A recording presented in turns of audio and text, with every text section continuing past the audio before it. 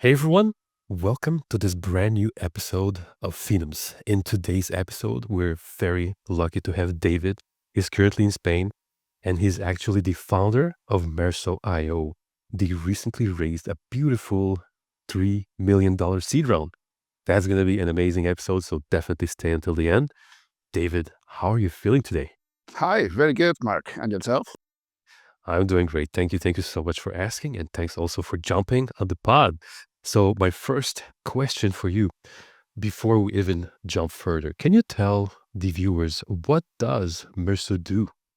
Okay, MERSO at the moment, what we do is BNPL for digital assets. At the moment, we have two verticals. One is Web3 gaming, and the other one is tokenizing of real world assets platforms. Huh, that's amazing. And for those that don't know, what is BNPL? Okay, BNPL is a kind of a credit, it's a buy now, pay later. So you pay a part on front. As a consumer, you pay a part on front, you pay the rest later during 4 weeks in 4 installments. And we pay fully to the merchant. And then we are in charge of getting the whole money. Ah, that's an amazing solution that probably not a lot of people thought about. Is this because you spotted the problem in the industry? Like literally, maybe you were a gamer and you spotted that okay, there are issues there, and we can use crypto to kind of bridge that. How did that even happen? This idea? Okay, no, it came actually from the other side. It came from the financial side. Like my background is on IT. I have a degree in IT, but from the beginning I worked for a consultancy firm, PricewaterhouseCoopers, and I was doing consultancy for financial institutions, mainly banks. And basically, what we were doing was all the time working on the lending systems that they have, trying to streamline and improve the processes that they have, because the life cycle of a loan is actually quite tedious. First, you need to get all the documentation from the person. Then you need to get all the underwriting, risk, calculating risk. Then there is the actually managing of the loan through the process, through the life of the loan. If the loan get paid, fine. If it doesn't get paid, then you go into the collection process. And then if that fail as well, if there is a secure loan, then you have to go to repossession and selling this asset. So it's a very tedious, have a lot of people, a lot of time to manage that. So I worked in there for 6 years. Then I did an MBA, and then I was actually doing the same, but from the business side, looking at all the business processes and how to improve them, how to reduce the time, how to get a better user experience. After that, um, I moved into the collections. Aha. So I just went downstream into the life cycle of the loans. I worked for two of the main collection companies in Europe. And basically, it's the same process, but you don't care, or the risk, it was totally different. Like in loans, you give loans to the people that you think is going to pay. In collections, is more important, like the bad scoring, the really bad scoring, because that will be the people that you will do the less job possible to get the money back, because there is few possibilities to get the money back. So I walked through the whole process, and then after that we can talk about after that my life after that. But the idea of Merso, it came because uh, around 3 years ago I went into a conference that some guys from banking friends of mine, they invited me about metaverse and blockchain. I knew about crypto, I knew about blockchains a little bit, I knew about the metaverse, but this was a really eye opener for me. In the moment that I saw what the smart contracts could do in the blockchain, it totally blew my mind, because all of the processes that needs a lot of time, a lot of people, a lot of thinking behind. With the smart contracts, we could automate everything, and having all the information of these digital assets. on the blockchains and be public to see all the information, it will totally we could totally change the lending environment. After that meeting, after that conference, I had lunch with my friends from banking, and it was really fun because the only thing that they saw from the conference, the takeout that they got, was that the metaverse will be great for them because they could spend less money on real estate, or they could have branches on the metaverse that will be much cheaper than the brick and mortars that they have now. Exactly. But I was thinking, but guys, the metaverse, everybody's going to have to buy things, and they are going to be needing funding for these things. And the answer for me that I thought that was amazing was that for traditional banking, digital assets, they will never be real assets. So I thought, okay, I have something good here, because in the banks, they are not going to get in here, and financial institutions either. So maybe somebody It's gonna should be hard be, for them, yeah. yeah. So there is a big opportunity, because the big players, they are not going to go there. So maybe there is a big opportunity to get there. So I started thinking about it, and as more as I was thinking about it, more I realized that we had to change completely the lending paradigm, because the problem with the metaverse, or in this case, as the metaverse is not here yet, with um, Web3 games, and then later on it came tokenization. The big problem is that it's totally decentralized. So it's not in a country, it's not in a region. So you cannot base the risk of the loan on a person, because all of the tools that financial institutions they use for looking at the risk on a person, they are localized to a country, or in some cases regions, but mainly is country based. So they are able to access your banking data, your banking history, if you have any defaults, um, your tax, everything, but is very localized on that country. So if I was going to do this, or if anybody was going to do this, you will not be able to base the risk on the person. The only thing that we could do is, as all the information of these digital assets is public on the blockchains, if you are able to dig it, we could try and base the risk on the actual asset and not in the person.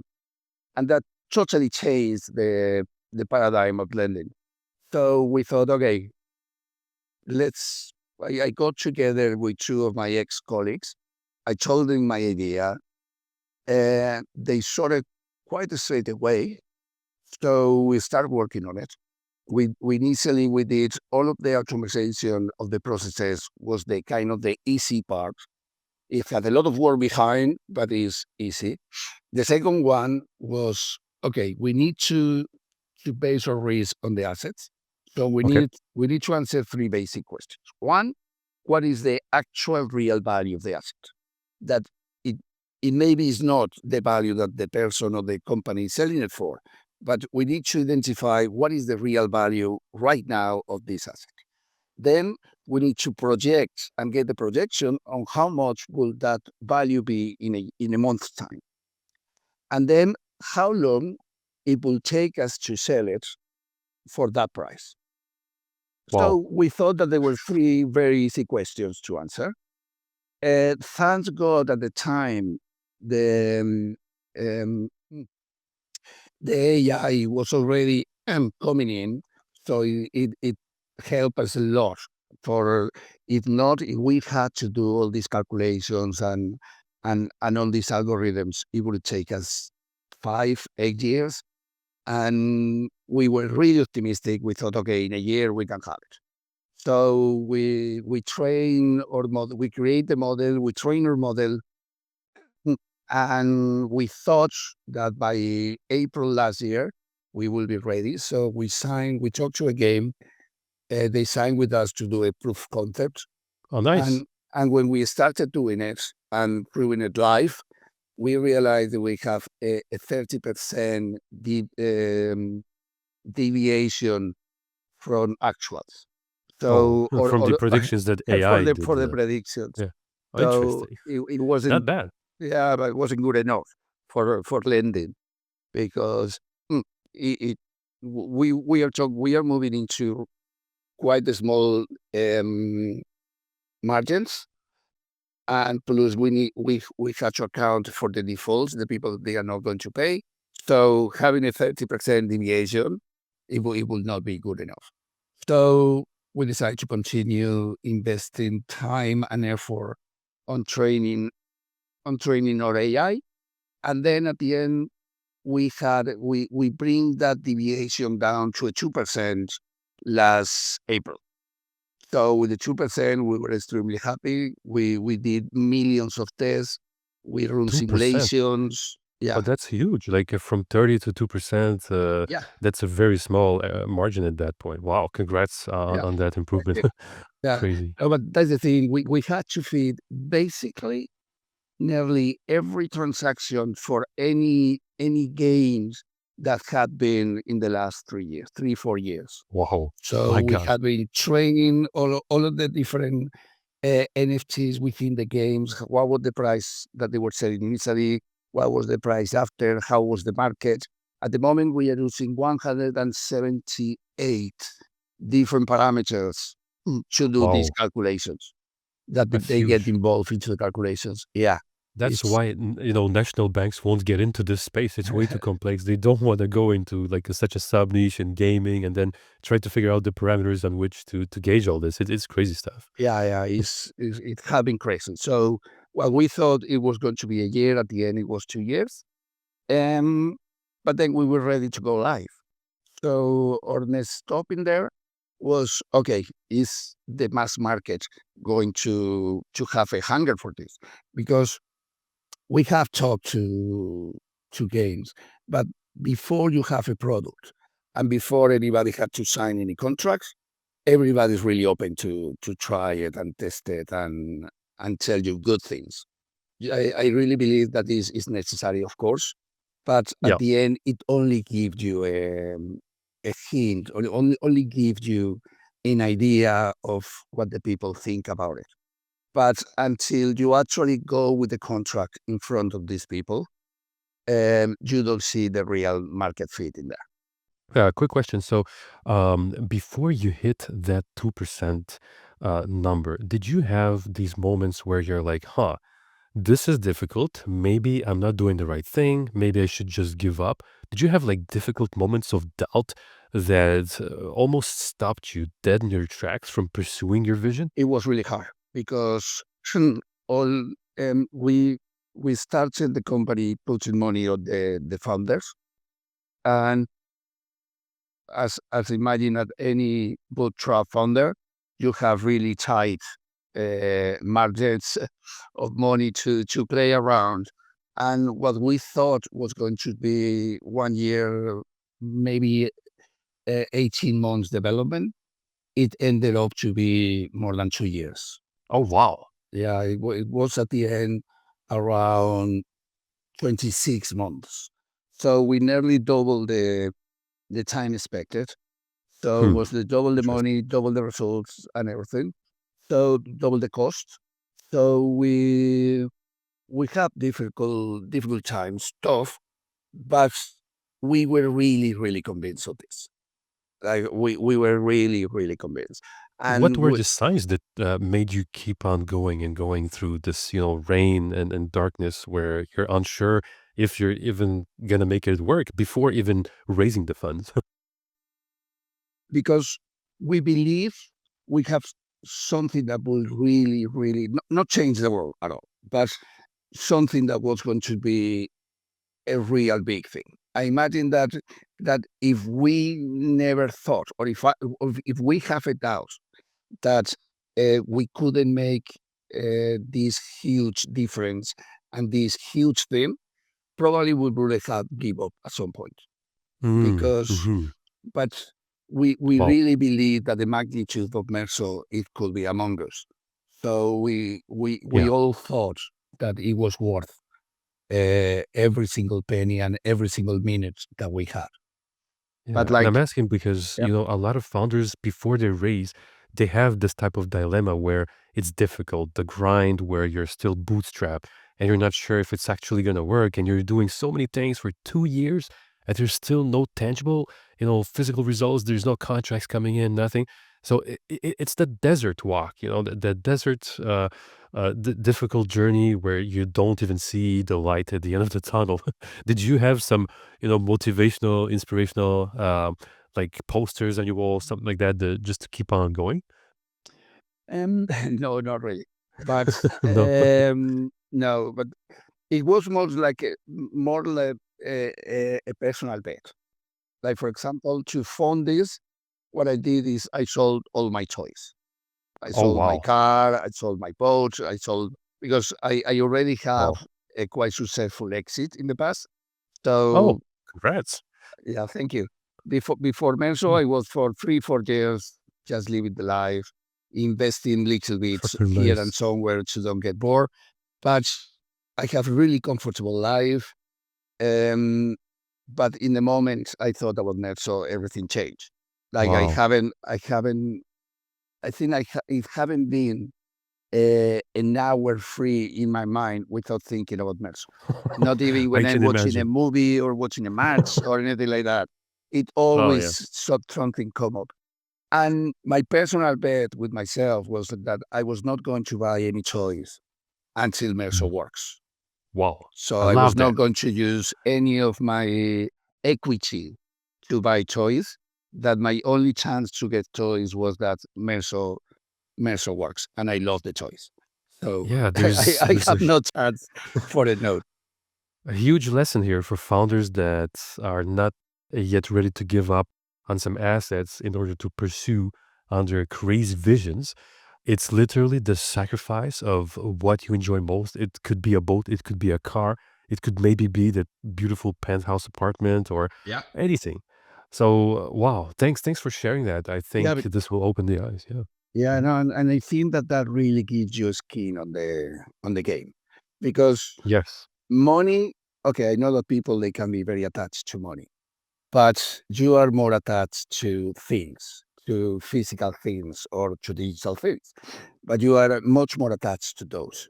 So you have to keep that for a project where you believe into it, and then you just put restraints on yourself to say, okay, you cannot buy that car or that cars or that boat or anything like that, or even that house until this works.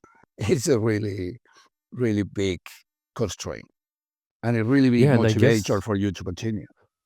yeah, absolutely, 1000%. And my guess is you also had other, challengers in your life. Like, for example, your family that was, telling you, "What are you doing? Why are you selling, your cars and Yeah, boats? Don't do that." Like, I guess you yeah, also had like some arguments there or some challenges. Maybe you can recall some interesting anecdotes.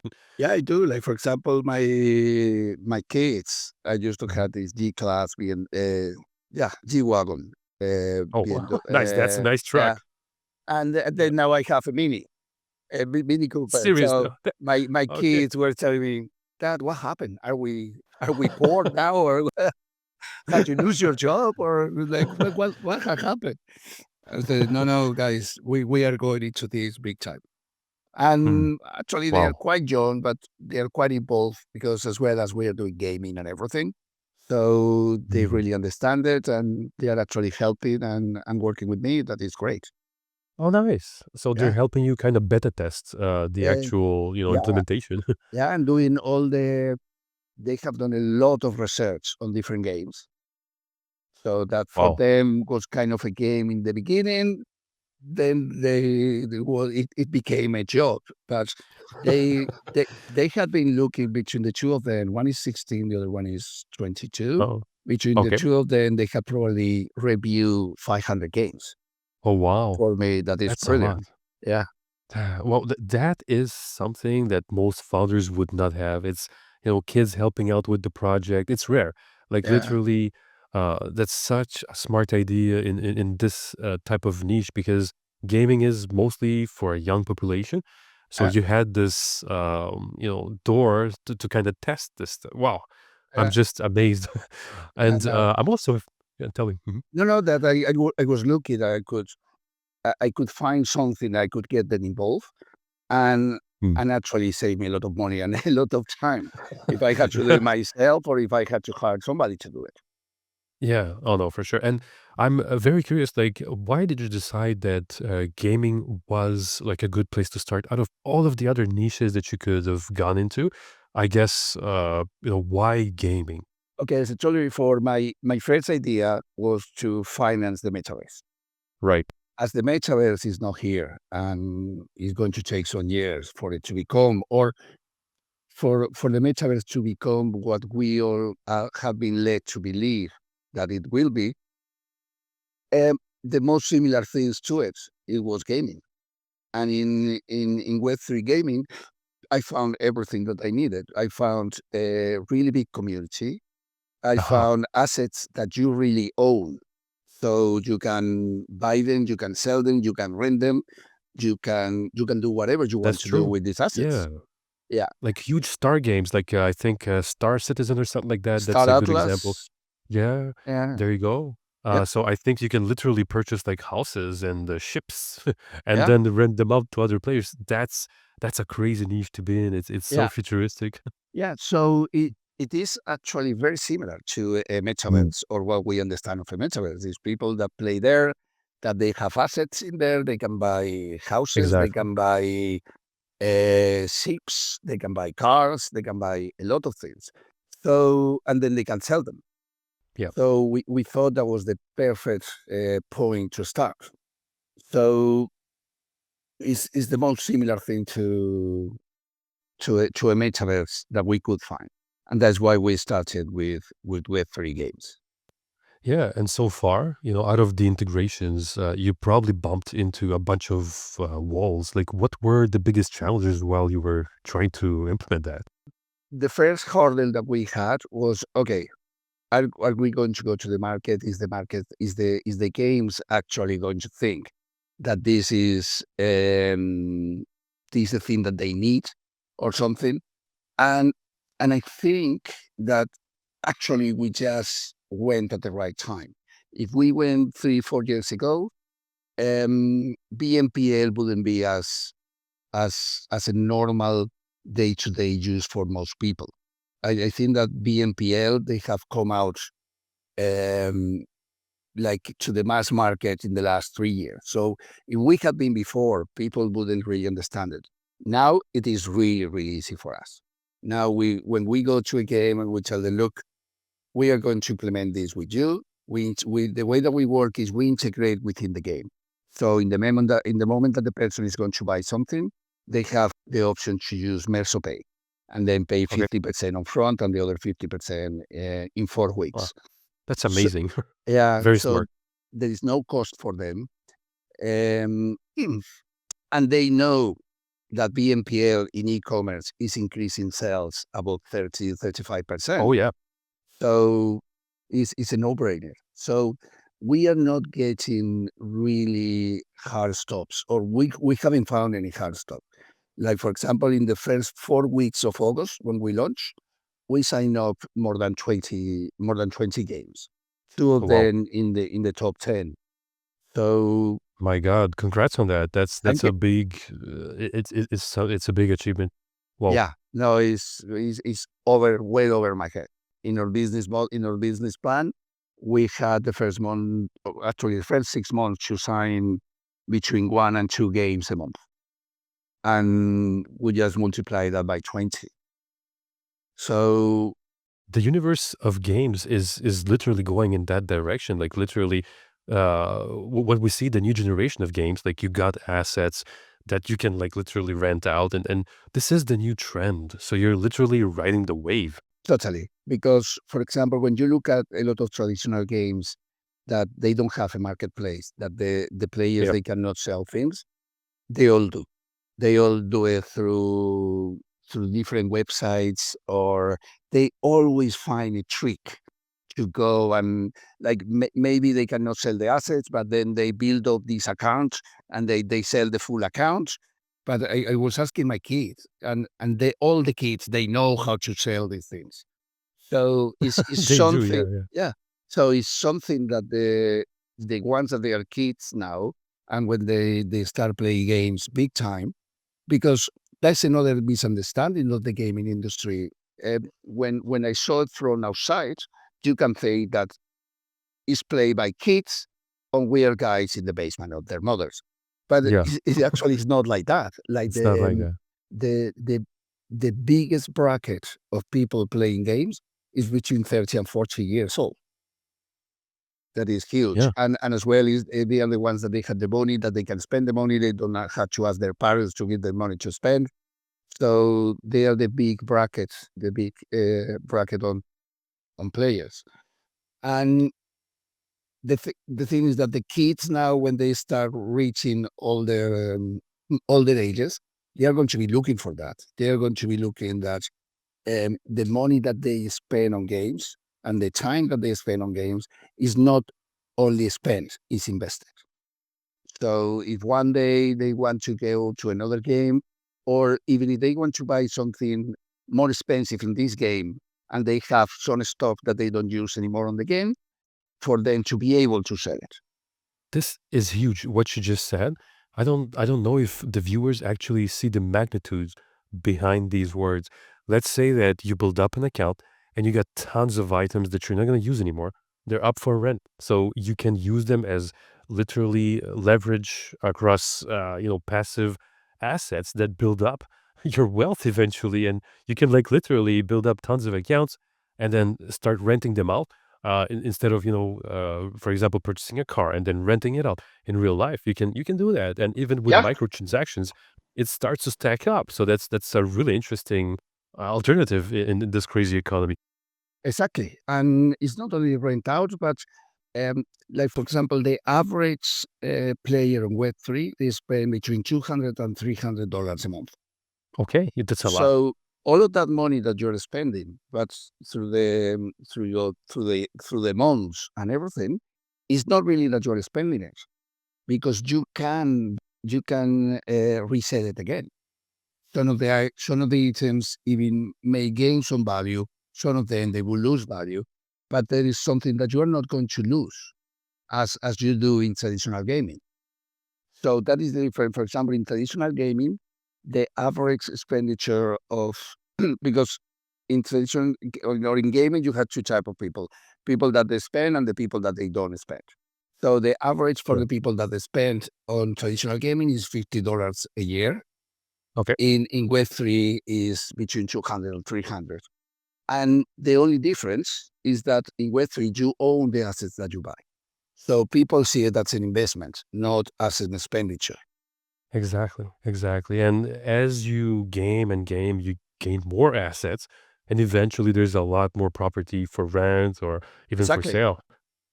Yeah, Yeah. And that's then that's huge. you are building your equity in there. Yep. And then you can use it. We are going to bring out another product in Q1 next year. That is when the players they log into our system, because at the moment they don't need to log onto our system. They just play their game and they use MERSO Pay.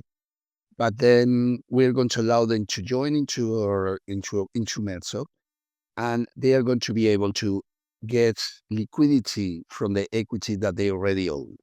So Okay. imagine that this person have spent $2,000 or he have $2,000 on assets.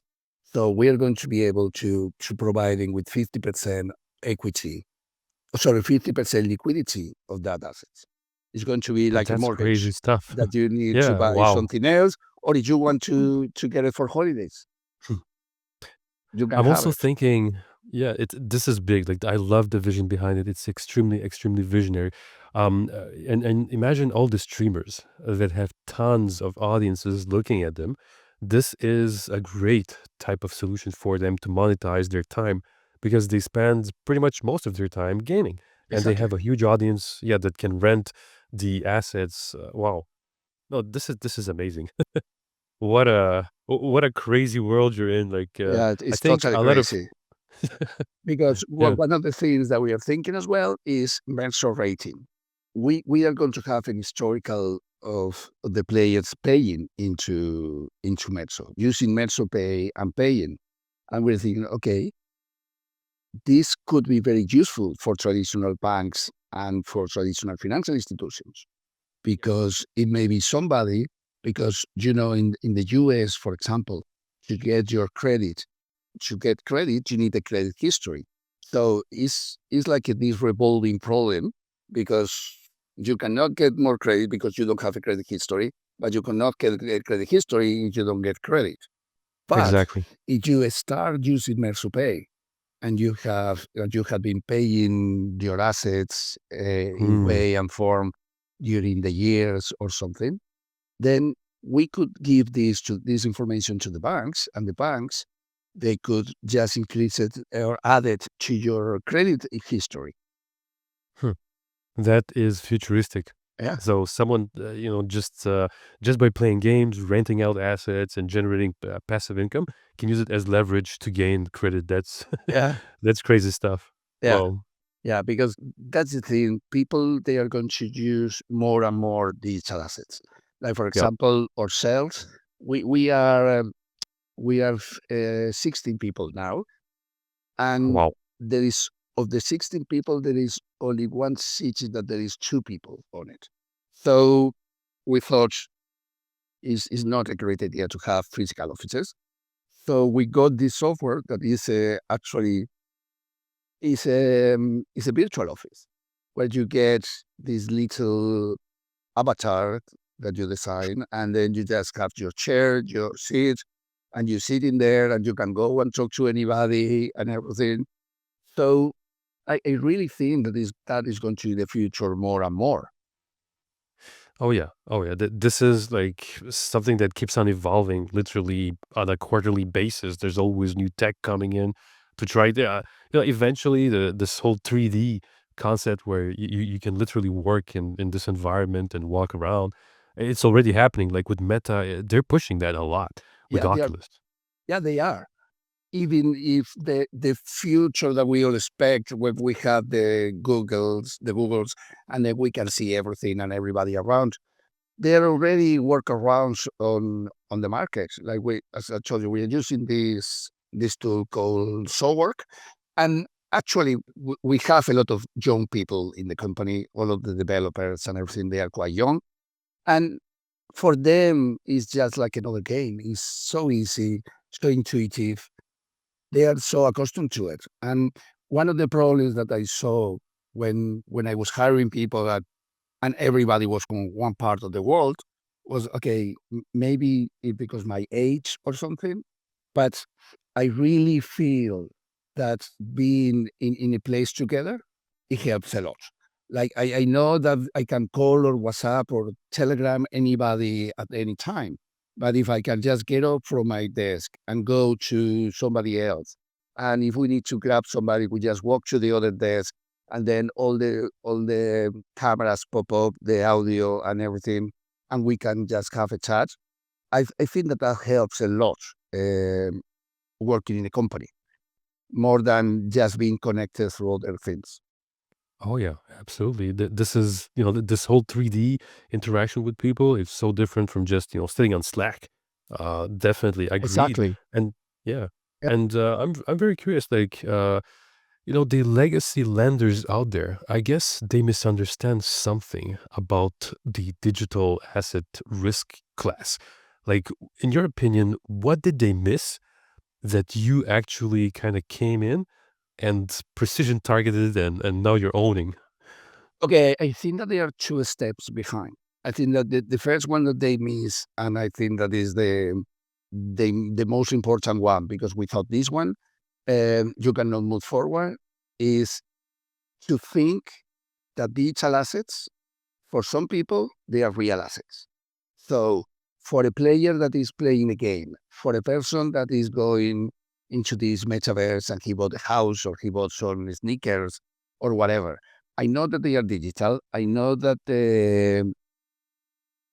these people think that they are nowhere, they are out in the ether. But for this person that bought it, it have a use, it have a meaning, it have a feeling towards this thing. Yeah, So this is the first part that they are missing, not believing that digital assets, they are as valuable as physical assets.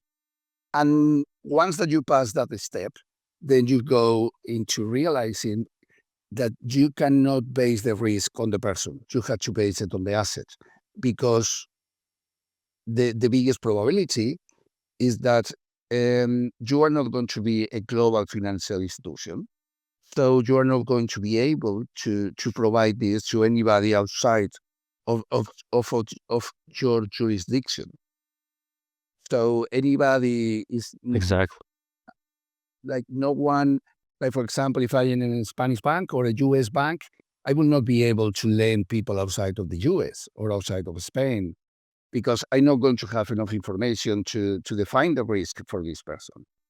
That's huge. And yeah, and the other thing that, and I don't think that the banks they are ready to do, is to create this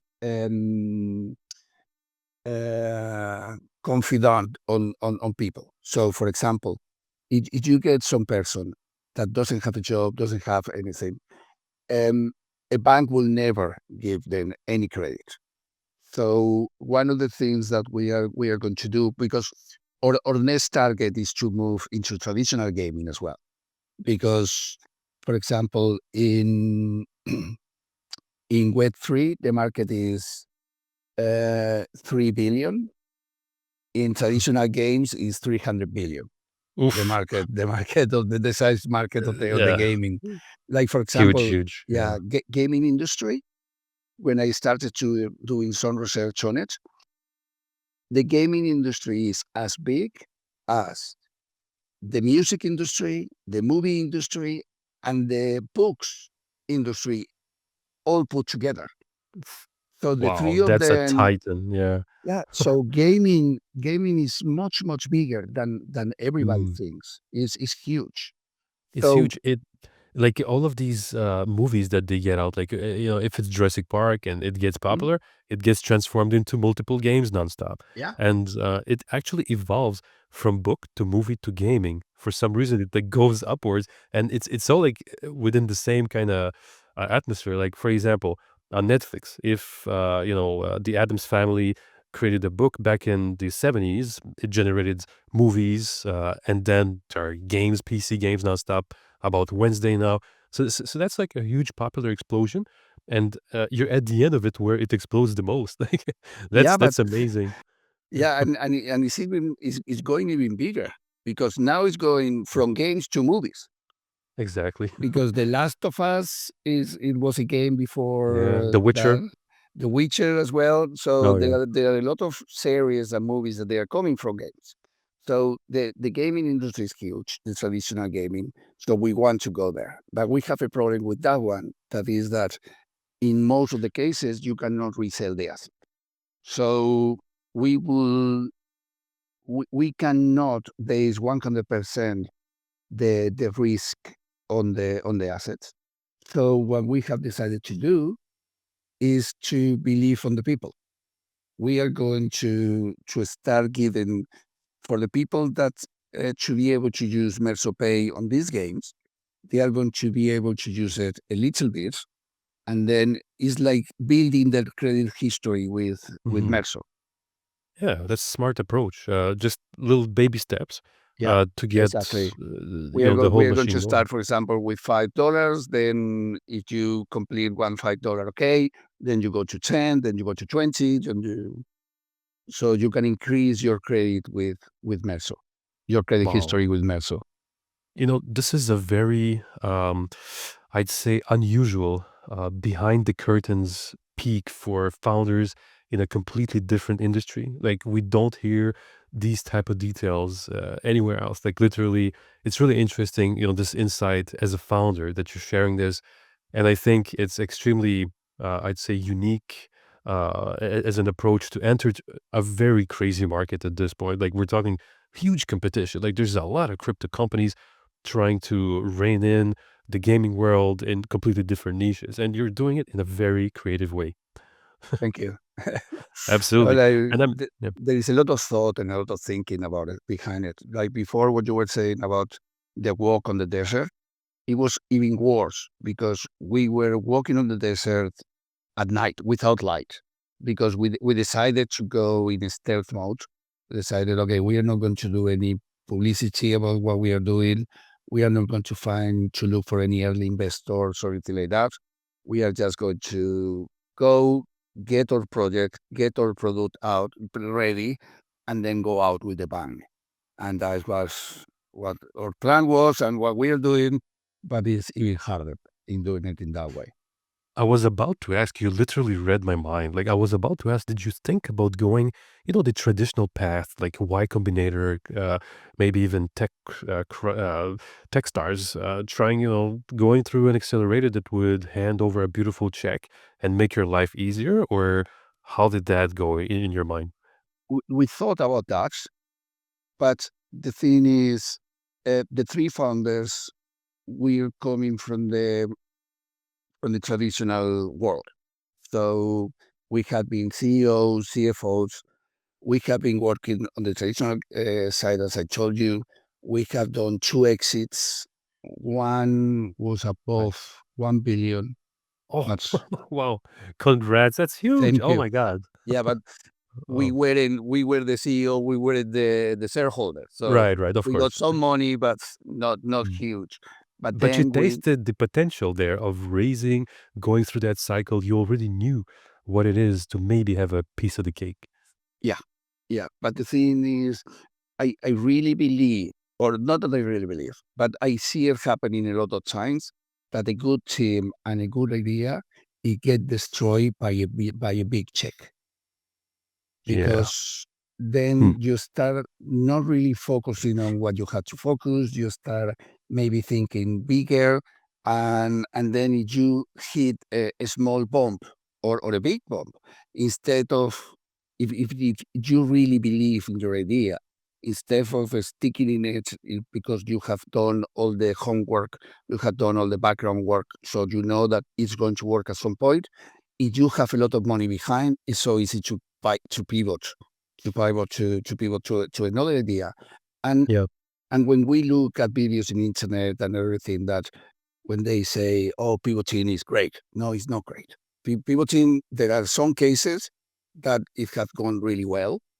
There are some cases that is not really pivoting. That is that the market just push you. It's like a little bit about somewhere on some other one, but a lot of people they pivot quite a lot, and it's because they have a lot of money behind, so they can spend a lot of money.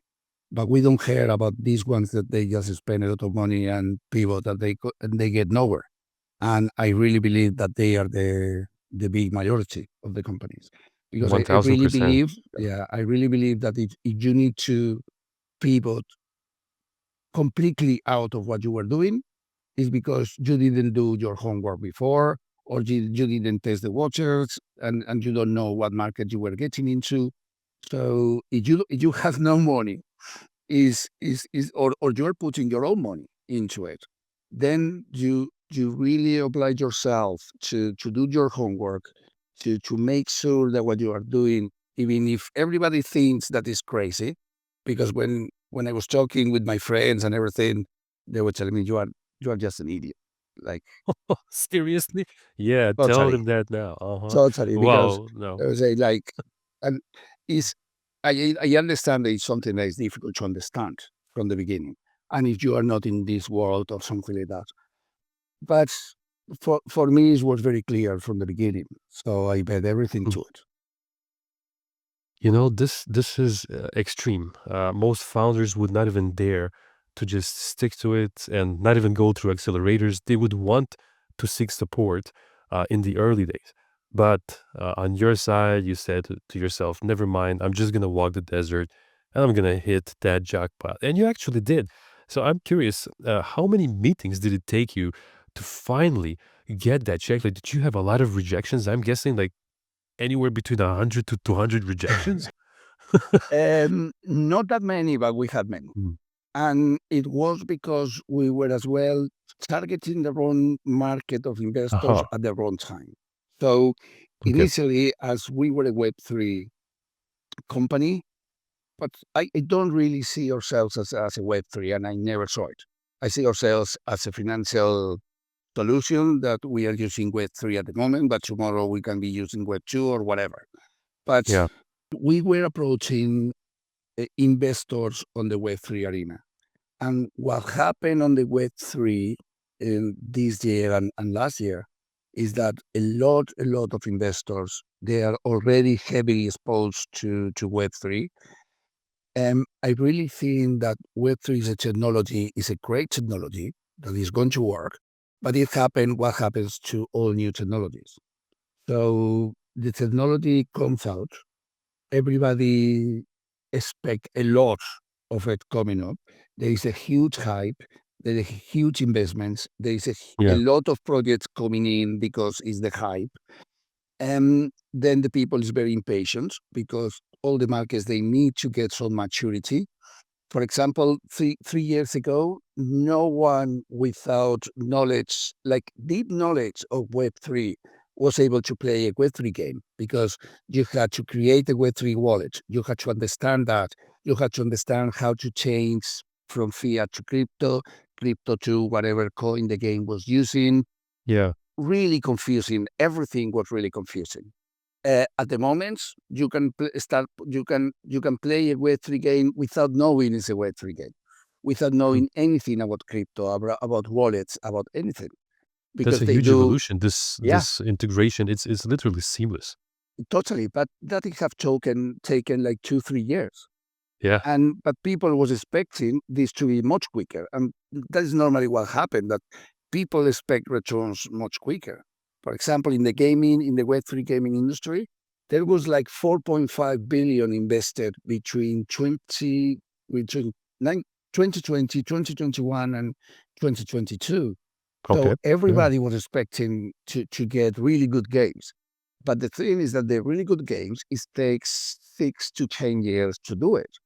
So if the people invested in 22 until 27, 28, you are not going to see it. So at the moment, there are some really, really good games coming out with huge investments behind. Like we're talking about the tens of millions, like 40, 60 million. We are talking to a project that they just launched a game that looks really, really, really cool.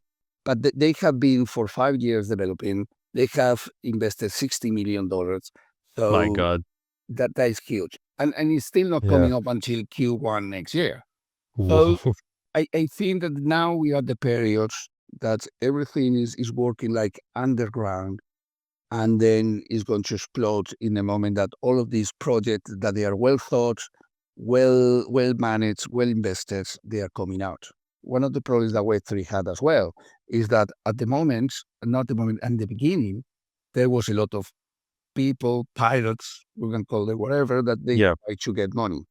So it was very easy with all the hype to get these scams going. And I remember when I started MERSO, I said, okay, we need to do a big analysis on every game we go, because at the time, I'm talking 3 years ago, there was a lot of these uh, play to earn games that in theory you were playing and then you were making money, but most of them, they were just Ponzi schemes or Mhm. pyramid schemes. Right. Right. So that they were not sustainable on time. But what we are seeing is that now the new games coming out, they are just getting the the things that they are going to improve the user experience of that Web3 allows, that doesn't allow Web2. That is, for example, real ownership of your assets. And we are seeing that coming out. So I really believe Yeah. that Web3 is going to start going up very soon. Absolutely. And I'm also sure that founders that would be watching this episode would spot that you went for infrastructure instead of an app. So the infrastructure itself is a bigger moat. Like maybe you can explain like what was your thinking about instead of just building another app out there for this. Like you literally went for the stripe of what you're doing, which is Yeah. BNPL, and yeah. It's basically user acquisition. So I remember Mhm. long time ago that I was watching. I read this book that was B2B against B2C, and the story behind, and then I watched a lot of videos about it because I couldn't understand it because I was thinking, always I thought, okay, these guys that they make huge applications and they get hundreds of millions of users, but then when you start looking at customer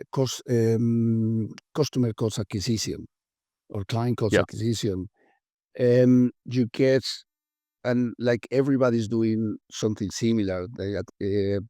On Google Ads or mm, Exactly, in yeah. Facebook or something like that.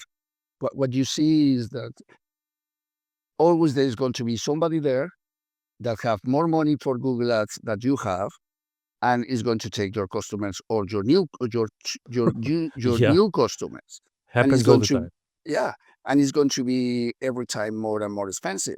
So we thought our model is should go be, or not that we thought about the model, but once that we develop our model, I was so in love with it because we need to convince one game to be part of their shop, and then we have access to all of their clients. So if we just join a game that have 20 million players, we have 20 million possible clients in our hands instead of having to go and convince one per one. So And not only guys, that, like the being an infrastructure allows you to literally capture the efforts of other games that are, becoming endpoints, endpoint users. So you would basically benefit indirectly, as any infrastructure would, from their efforts to bring in their clients. So that type of model is way more sustainable than trying to build one app and just be really good with it. exactly. Yeah, because getting one app, you have two options. One is that for some reason everybody just goes there and get viral. That nobody really understand why things go viral. Because if somebody like I got this marketing company coming up to me to do our marketing, and they were telling me, yeah, because we can make you go viral. Like, guys, if you knew the secret, you wouldn't be talking to me. To Exactly. multi millionaires doing whatever. Yeah. So you can go viral. That there's a small chance that you do, and the other one is spending huge amount of money on marketing. And spending huge amount of money on marketing, I think that it has short legs because at some point somebody can come, as I told you before, and spend more money than you. And then Yeah. what do you do? What do you do? So and we can see it in different wars that are out there. Like for example, with Uber and other similar companies in different countries that they had to spend so much money in marketing, so much money in reducing the price to get all the clients and to then win a 1-0 battle. Because, and I don't know, I think that our model, in the moment that we defined the model, we were extremely happy Yeah, being and an what you're infrastructure saying about provider. absolutely, like even Uber is still battling over different territories with brand new players that pop up. Exactly. It's an app, right? It's still an app, just like the other app, and that's something that I spotted also. Like for example, the food delivery apps out there. There's Exactly. literally a new They do food the delivery same. app. Yeah, Yeah. there's a new one every month. Literally, like a new color, a new benefit. Like, hey, we're gonna deliver faster, better, whatever. But at the end of the day, if you're infrastructure, then you don't have to worry about that because these kind of players, they go to you as you are serving the platform for their base needs, which is a great niche to be in also, Yeah, in the definitely. ecosystem.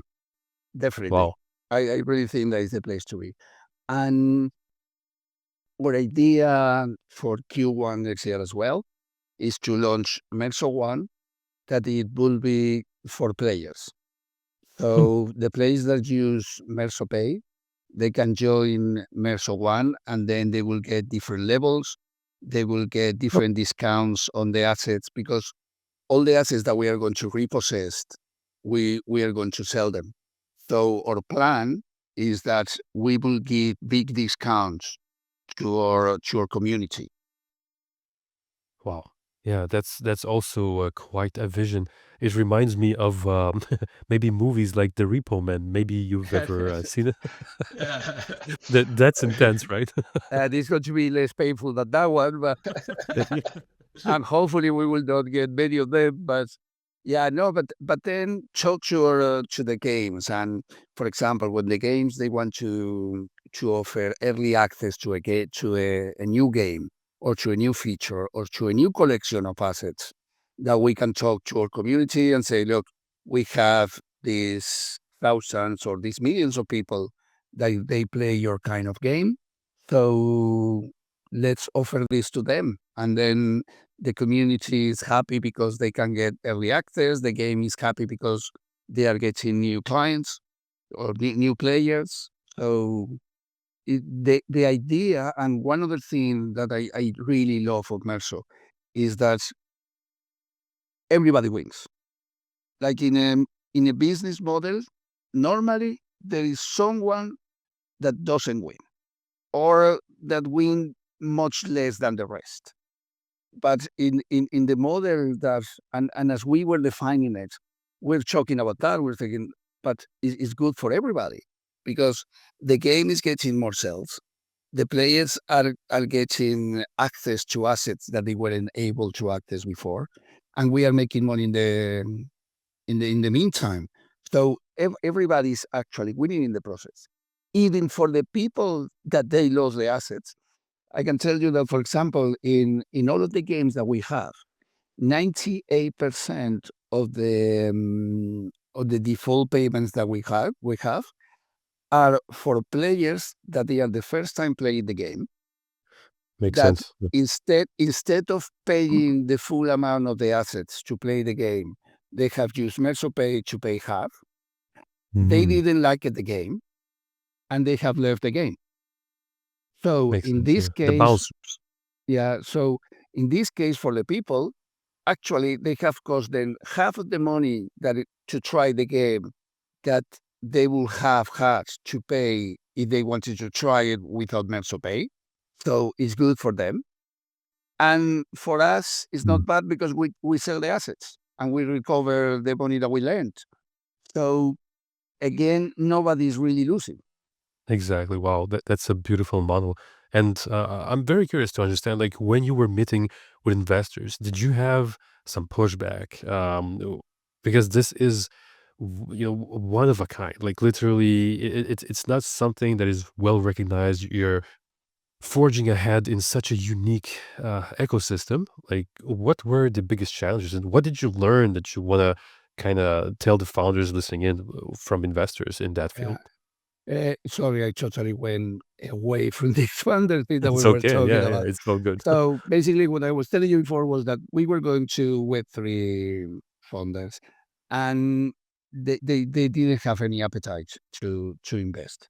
So we didn't got much feedback, but there was a lot of rejections on it. Mm, So then we decided to go to people from finance, investors that they have invested in fintech.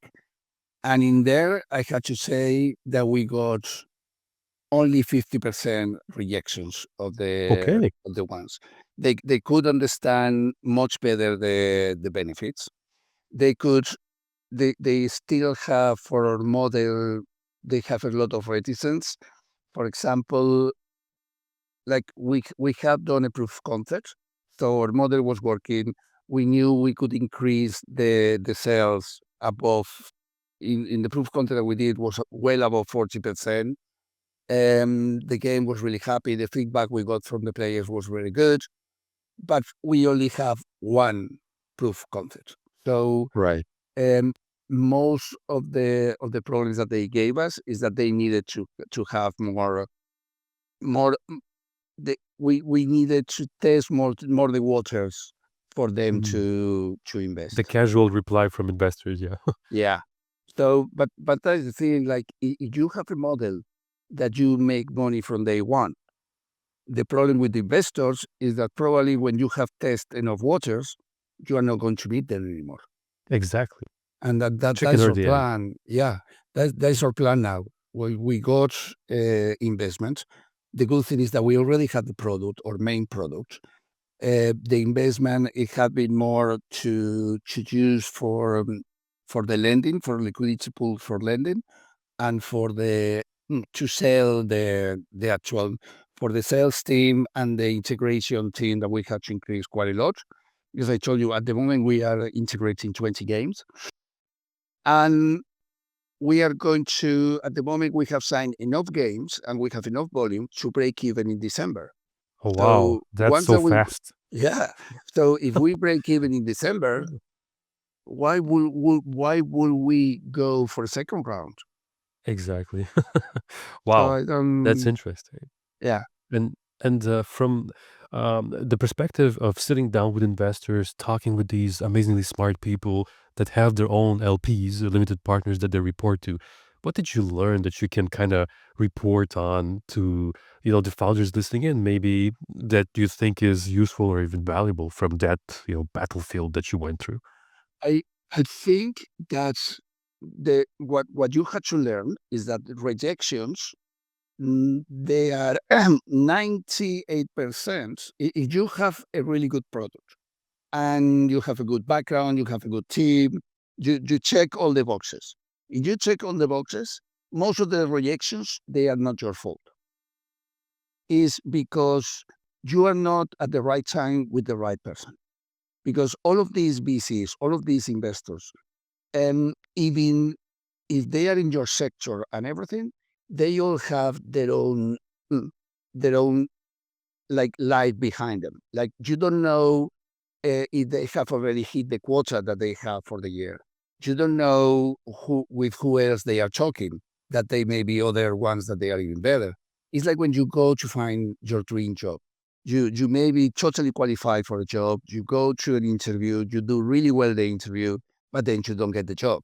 You don't know why, but and normally people tend to put Take it it on personally. themselves and take it personally. But Yeah, yeah. no, there are other parameters, there are other things that you don't control. So what you had to do is you had to really know your numbers, really believe in your project, um, have some proof that your project is going to work. And then you just need to hit the right person at the right time. Well, yeah, amazing, amazing intel, definitely. And what was your moment of celebration when you actually received the funds in the bank account? How did you guys celebrate? We did it. Oh, really? No, no, No. Oh my no, God. no, no. We are not allowing us to celebrate Oh until we wow. break even. I love Like, that mentality. Even yeah, if you get 3 million in the bank account, you're like, nope, no champagne busted yet. We're no, still gonna work it out. Wow. no. We. Okay, we will do a small celebration when we start actually getting revenues. But the big celebration is going to be when we break even. That's going to be the big celebration. Because That's from amazing. there is just grow, grow, grow, grow, grow. And I think that for a founder, that really is the moment. I know that there are a lot of companies that they don't expect to have revenues. Sorry, they don't have expect to break even or even have benefits ever or in the next 5 years or whatever. But I really believe that if you are able to break even, that moment had to liberate a lot and a lot of um, things from your back of your head that is stopping you maybe to do other approach, other verticals, other products, other things. Because or at least maybe it's that for my CEO background, but I want to make sure that I have my baseline cover, and then after that I can really push to go to different places. Wow. And thank you for sharing that. I'm also curious, maybe you can share like a few mistakes that you've made along the road so far that are the craziest, brutalist mistakes that you've done. that you feel like founders should kind of avoid, and yeah, maybe some insight there? Okay. For example, when all the time our major ideas was MersoPay to have this. And at the time, we didn't even know that was called BNPL. We came with the model, and then we realized that out there was a model that was called BNPL, and we didn't know that. So one of the things we did that, but then we start thinking, yeah, but then we could be as well an exchange, and we could be as well. We could provide credit cards or debit cards to people that they will then use the money that they get from the games. They can use it in the real world and everything. So we start looking at all of these different possibilities. That really took 3-4 months of our focus totally. That's then there was a point that said, okay, guys, let's focus on what we want to bring into the market, what we want to bring into the market now, and then once that we have done that, if that's a success, then we start moving to other things. But I think that is very easy to lose focus, and that is a mistake that if you are with very tight money and time and everything, it could be extremely costly. Yeah, I can imagine. Like at the end of the day, you have a runway when you're raising Exactly. approximately, yeah, like 18, maybe 18 months. That's usually what founders they go for. And do you feel like at this point with the funding, you're good like until break even, and probably even way past that, that you won't even need like a Series A for at least 2 to 3 years, maybe? Totally. I Yeah. really believe that. The Wow. the only reason why we will do a Series A is, as I told you before, we are doing this proof of concept now with Web2.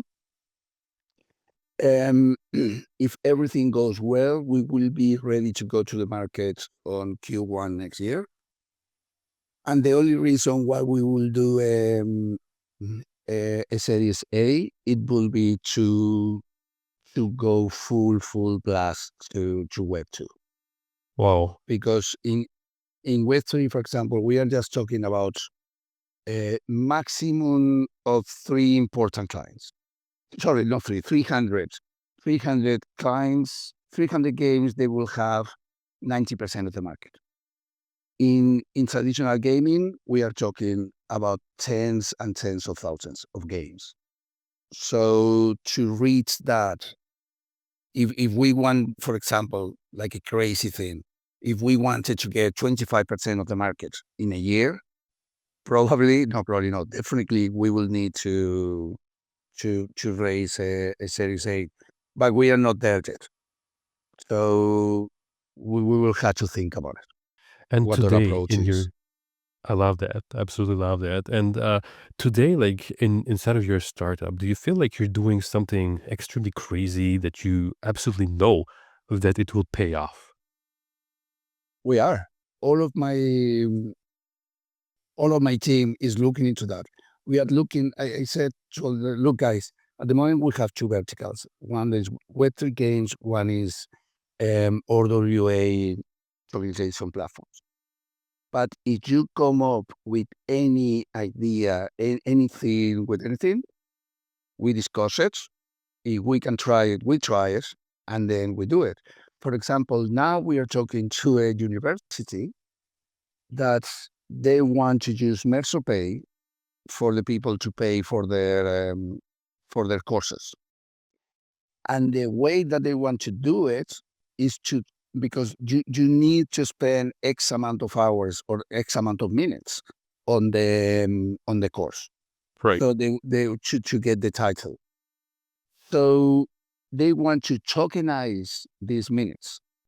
So they want to have an NFT that is the course that maybe is 200 hours of the course, and then they want, if we finance these NFTs that is the course, because it's online learning, so people they will have to go and log into the university. They look for the NFT. They look at how many minutes they have left, and then we could finance these courses by minutes. So they could buy the full course, and if they don't pay us, then there is some minutes that they get discount from their course. So they had to pay to be able to do the full course. And we are investigating this with them. We are doing really different things. Yeah, definitely. I can see that there's so many avenues of growth within this specific niche. It's amazing. And I'm so happy. Yeah, so happy to see you succeed and grow so quickly. Wow. It's I tell you that, I'm doing a lot of podcasts and I can see that a lot of founders have trouble growing. For most of them, growth is not that fast. Like break even is not that fast. Some do have it, although this type of niche is definitely heated up. Though, Yeah, so, it is. It oh, is. wow. And you there's sometimes that you have to be worried about what you wish. Because for example, when I Yeah. when I got my sales managers, I got three of them, three really senior guys, really, really impressive and really good guys. One for Asia, one for Europe and Africa, and one for Americas. And I told them, look, guys, let's go the first month for small games, and then we can go for bigger games. But then Mm. they thought, okay, but if I don't go for a big game, as most of the games they are global, the big ones, and some of them were thinking, okay, maybe if I don't go for a big game, then the other guy will get this big game, and then I don't get it, and then they all went for the big guys. And Yeah. so we really needed to change that, and but now it's great because now they all came to me and say, look, we have decided to work together, the three of us, with our teams, and we are going to split the commissions, and not the commission, but the bonus that they get. They decide to change the bonus, and I thought that was brilliant because in the first moment, what I wanted to hire was three white sharks and have three white shark teams, and at the moment, what I got is a wolf pack that is much better, much better. That is brilliant. But that have really evolved by itself with the people because they all got really um, the, when they got to know each other, they got they have they are all very confident of the other guys. They're really happy working together. So there are things that you cannot really plan that happens organically. Yeah. And I'm sure that founders that are listening in, they might be very curious. Like, how do you get to hire either white sharks as, amazing A players or even transforming them into wolf packs? What's the mentality behind that? How do you try to attract them to, your mission and the growth mindset? Okay, for us it was quite easy for two things. One, because they were from these markets. They were already selling things to games, and when I explained them MERSO model, they totally understood it, and they thought it was going to be much easier than selling what they were selling before, and they were selling infrastructure as well. Okay. So that helped me a lot. And then the bonus structure that we have, because I had never believed in my life as CEO on having a cap on the Mm, bonus structure. So that's huge. I really believe that for salespeople, bonus needs to be uncapped. And I decided another thing as well, because in a lot of companies, when you have your operations, your integration, your sales in different teams, you you can always get no, you cannot, you always get disruption between these guys. With the customer, if things go wrong, blaming between ones to another ones. So I decided to create these kind of silos, or not silos, all the opposite, to these full size teams that these guys for sales in here we call them portfolio managers. They manage the whole portfolio, but they manage the portfolio from first contact to the client, to integration the client, and to client management. Oh, wow. So So they there do is only prospecting one. and in Yeah, integration. yeah. For example, the integrations teams that they are from IT, they depend organically in IT, but they depend on the business side to the PMs. So they all have assigned people from IT. They have analysts assigned to them. They have everything. So they manage the whole process, the whole sales life cycle, sales and management of the accounts. I think a lot of founders, they're afraid of uncapping sales reps simply because they might think, oh, well, you know what? They're going to be multimillionaires if they oversell and they're going to start off maybe a clone or they're going to run off and not work as hard. Like, how do you battle that? Like if they are multimillionaires, I will be a multimillionaire. So There you go. the bonus that they get is a percentage of what they bring to the company, and it's uncapped. So if one guy he signed a 200 million user game next week, and with that he could get, I don't know, $4 million in bonus. I don't care because I'm getting much more. So And do you feel like you might lose that person and he would be so over his head with such an amazing income that he wouldn't be as invested in your mission at that point?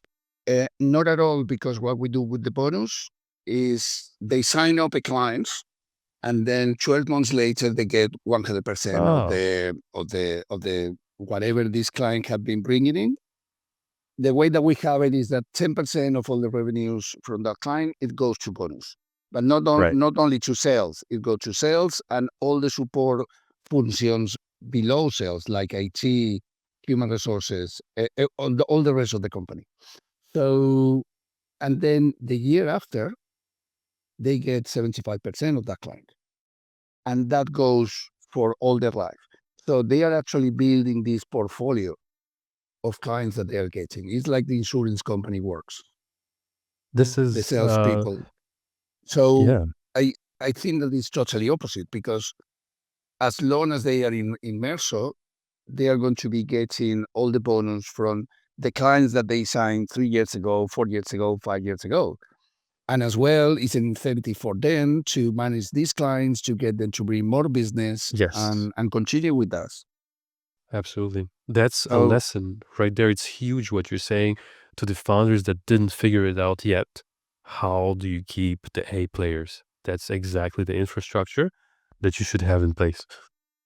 yeah, I got an old boss of mine that he told me to say that if you pay peanuts, you get monkeys. So if the good Mm. people, you have to keep them happy, you have to pay them well, and you have to push them as hard as they can manage.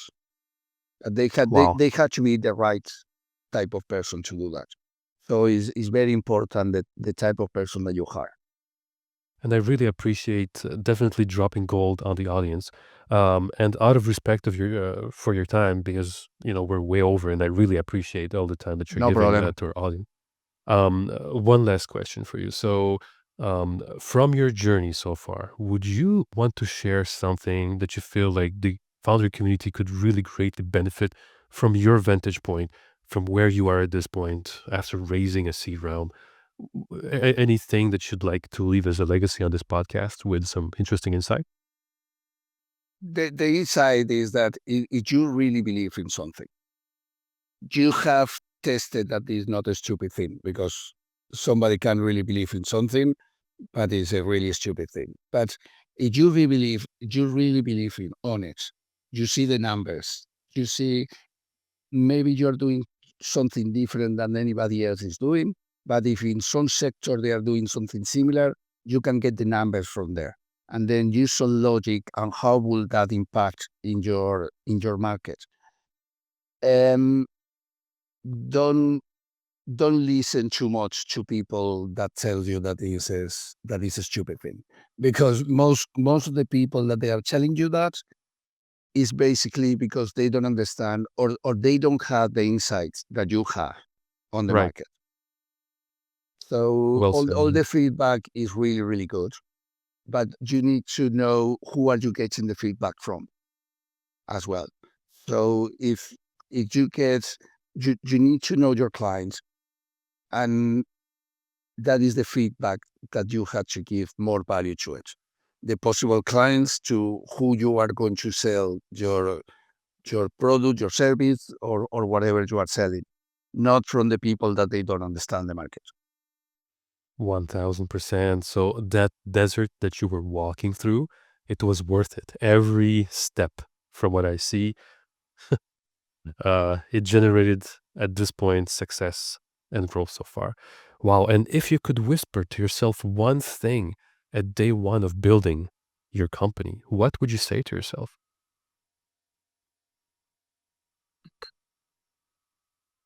Hard times are going to come, Mm.